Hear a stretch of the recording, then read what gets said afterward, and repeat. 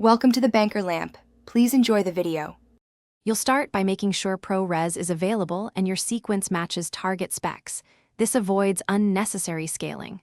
Once done, render the timeline to stabilize frame samples and audio peaks, so Premiere exports a clean reference.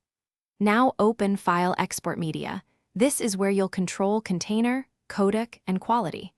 Make sure the source range covers the whole clip. Then move to Format and Preset. Don't skip this step because the codec choice defines color handling and file size. You should set format to QuickTime and pick the Apple ProRes 422 variant that fits your delivery needs. ProRes 422 versus 422 HQ trades size for headroom.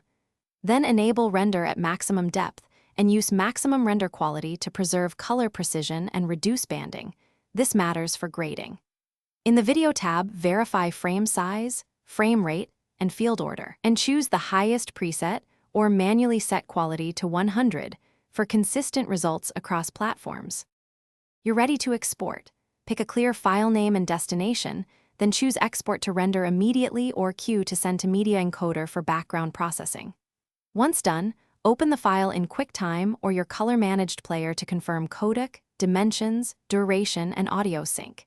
If you see color shifts or gamma issues, make sure sequence and export color spaces match.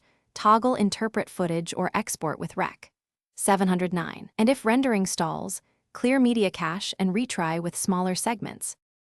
Thanks for watching. If this was helpful, leave a like and consider subscribing. See you next time.